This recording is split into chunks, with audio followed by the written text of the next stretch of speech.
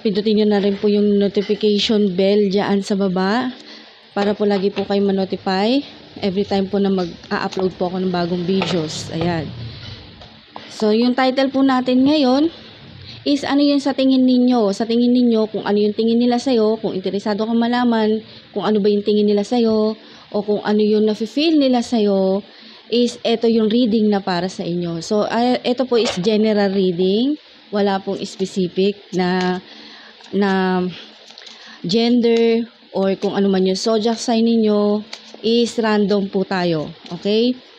So, aalamin natin kung ano yung tingin nila sa'yo, yung nafe-feel nila sa'yo, kung sino man yung taong nasa isip mo, nasa palagay mo na yun ang tingin nila sa'yo. Kasi may nababibe ako dito na interesado kayong malaman kung ano ba yung mga iniisip o tingin ng mga tao sa'yo, kung sino man yung mismong person na nasa isip mo ngayon.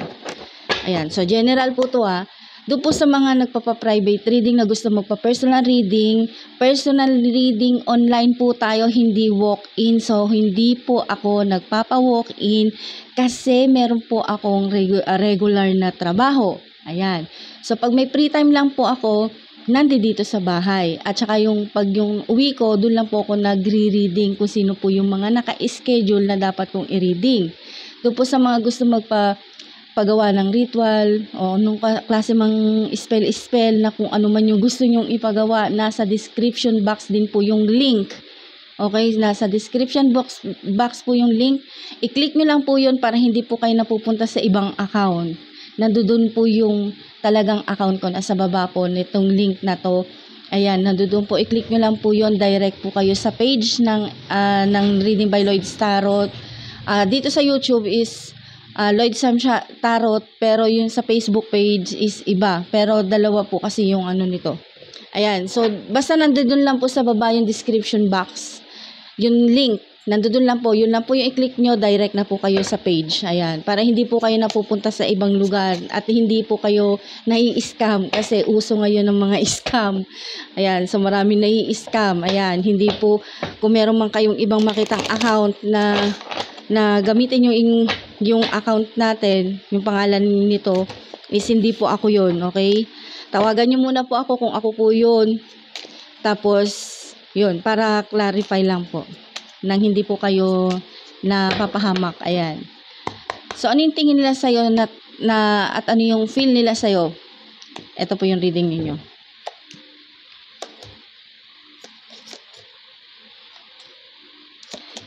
Parang lumabas dito is you versus them.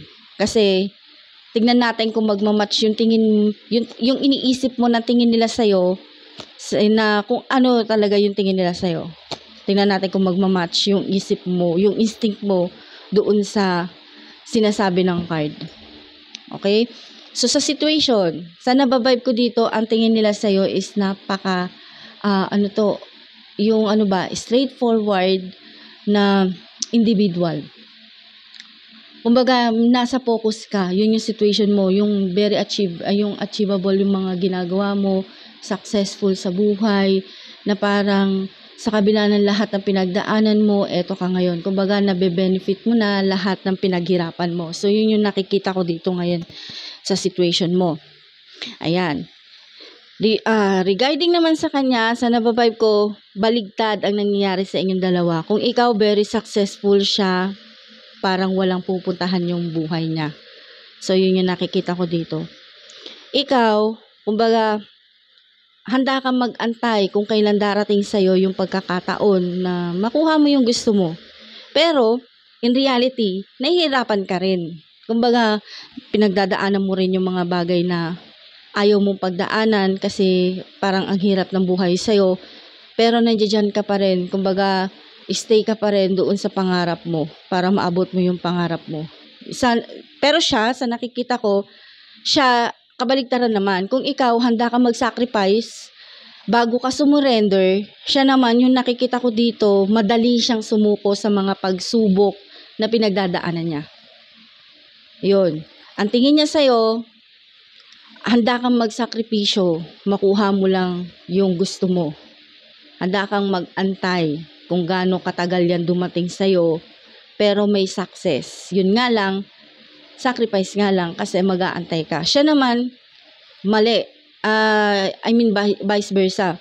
Siya naman, itong taong iniisip mo na to, na sa tingin mo, yun yung tingin niya sa'yo, na very achievable na yung mga ano mo, siya naman, madali siyang sumuko sa mga bagay-bagay. Kapag ayaw niya, ay kapag nahirapan na siya, ayaw niya na, sumusuko na siya. Ngayon, sa nakikita ko dito, may mga pinagdadaanan ka din regarding sa yung love life, no?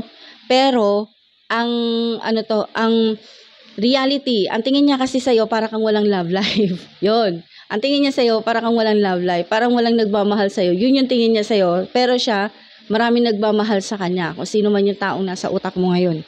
Maraming nagmamahal sa kanya, oo. Kaso nga lang, merong third party. Sa kanya naman, sa'yo naman, baligtad. Ang tingin niya sa'yo, walang nagmamahal sa'yo at wala kang karelasyon.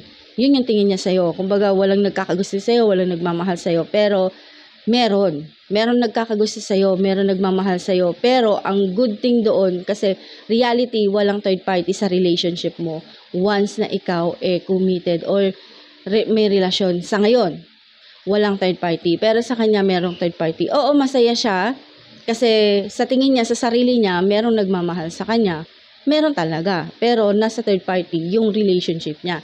Unlike sa'yo naman, ang tingin niya, walang nagkakagusto sa'yo o wala kang karelasyon. Pero, ang maganda doon, hindi niya alam, yung relationship mo doon sa person mo is wala kang kaagaw. Yun yung nakikita ko dito. Sa challenges, sa nakikita ko kasi, kahit na anong unos sa buhay mo, talagang direct to the point ka. I mean, wala kang pakialam kung sino yung masagasaan mo, go ka lang. Basta ma-achieve mo lang yung gusto mo. Kahit na anong unos pa yung pagdaanan mo, talagang susuko, hindi ka susuko, agad. Talagang hahayaan mo lang na anuhin siya. Kumbaga, straightforward ka talaga sa ambition mo sa buhay. Sa kanya naman, baligtad. Kung sino yung tao nasa isip mo, na yun ang tingin sa'yo, eto naman yung nangyayari sa kanya. Madali siyang sumuko, gaya ng sinabi ko kanina. Siya naman, ayaw niya ang tingin niya kasi, kapag may red flag, wala nang chance, wala nang pag-asa. Kumbaga, hinahanapan niya kung, ay, eto red flag to. Ayaw niya nang subukan. Umaatras na siya. Unlike sa'yo, talagang susubukan mo muna. Ganon. So, yun din yung tingin nila sa'yo. Ganon. Na hindi ka sumusuko talaga. Talagang susubukan mo muna bago ka sumuko. Siya kasi hindi ganon.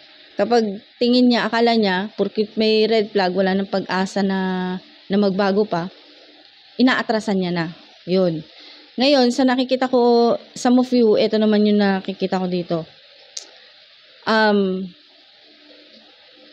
Yung sa'yo kasi, buo yung love. Alam mo yun. Yung malinis yung intention mo, malinis yung hangarin mo. Kumbaga, pag nagmahal ka, all out. Yun yung ganun ka. At yun din yung tingin nila sa'yo. Ngayon, ang nangyayari, doon sa tao na yun na nag-iisip sa'yo na, alam nila kung ano yung mabuti sa'yo. Yun nga, yung pag nagmahal ka, all out ka. Hindi ka madamot, parang hindi mo pinagkakait yung love mo. Basta pag nagmahal ka, all out ka. Ganon. Sa kanya naman, hindi ganon.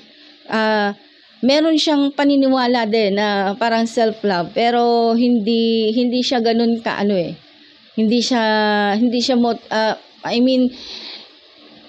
yung self-love niya iba. Na meron ng pagka-selfish, alam mo yon. Hindi katulad mo na nagsi-self-love ka pero hindi ka selfish. Gets me? Ibig sabihin, siya selfish siya. Kaya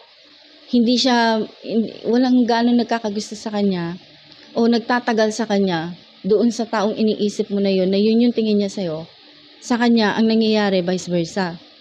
Yung akala niyang mahal siya, oo kasi masaya siya dun sa relationship niya, masaya siya dun. Pero, hindi ganun kabuo yung pagmamahal na binibigay sa kanya at saka hindi nagtatagal yung relationship nila. Nagkakaroon din ng lamat.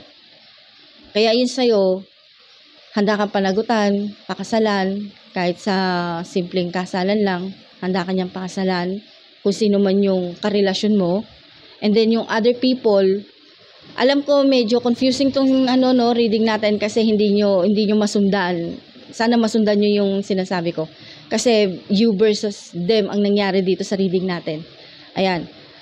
So sa'yo, yung person mo, yung karelasyon mo, is kaya kanyang panindigan or pakasalan kahit sa simpleng kasalan lang or sa west or basta simpleng kasalan lang, mga ganun. Basta kaya kanyang pakasalan. Unlike naman doon sa isa na parang kontrabida sa buhay mo na gustong mag-suffer ka, yung gustong pahirapan ka, yung gustong maghirap ka, vice versa yung nangyayari sa kanya. Sa kanya, ayaw siyang panagutan, ayaw siyang pakasalan, inaatrasan siya na pakasalan. Napag-uusapan nila yon pero hindi na nila tinutuloy yung plano. Hindi tinutuloy ng lalaki yung babae yung plano na magpakasal. Ganun.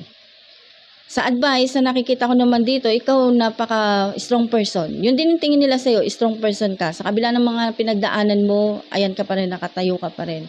Pero yung nag-iisip sa'yo na ganun, yung tingin niya sa'yo is a strong person, siya naman yung weak. Alam mo yun? Weak siya. Hindi siya katulad mo. Sa nakikita ko, ikaw marunong ka dumiskarte sa pera, sa trabaho, sa business, magaling kang dumiskarte. Sa kanya naman, hindi ganun ka diskarte. Ang tingin naman nila sa'yo, kumbaga ikaw hardworking ka, yun naman person na nag-iisip sa'yo, hardworking ka, siya naman tamad. Ayun, tamad magtrabaho, tamad maghanap ng trabaho, tamad magbanat ng buto. Unlike sa'yo, kahit na anong pagkakakitaan niyan, pasok ka lang ng pasok. Ikaw, hindi ka natatakot sa kung ano yung mararating mo o pupuntahan. Go with the flow ka lang eh. Kumbaga, ikaw yung mismong kung saan papunta yung buhay mo, bahala na, ganun yung siya naman natatakot siya kung ano yung mangyayari sa buhay niya. Ikaw naman, sa nakikita ko, oo, nasaktan ka before, kaya ka nasaktan ka sa relationship before. Sa kanya naman, hindi niya pa nasusubukan yon, kaya mararanasan niya yon. Tingin nila sa'yo, heartbroken ka. At yung kakumpetensya mo dito, is siya naman yung hindi pa heartbroken sa ngayon ayan. Pero ang kagandahan sa'yo, ang iniisip nila sa'yo, kumbaga yung buhay ka pa, pinapatay ka na nila, alam mo yun. buhay ka pa, pero sa isipan nila o sa paningin nila, patay ka na, alam mo yun.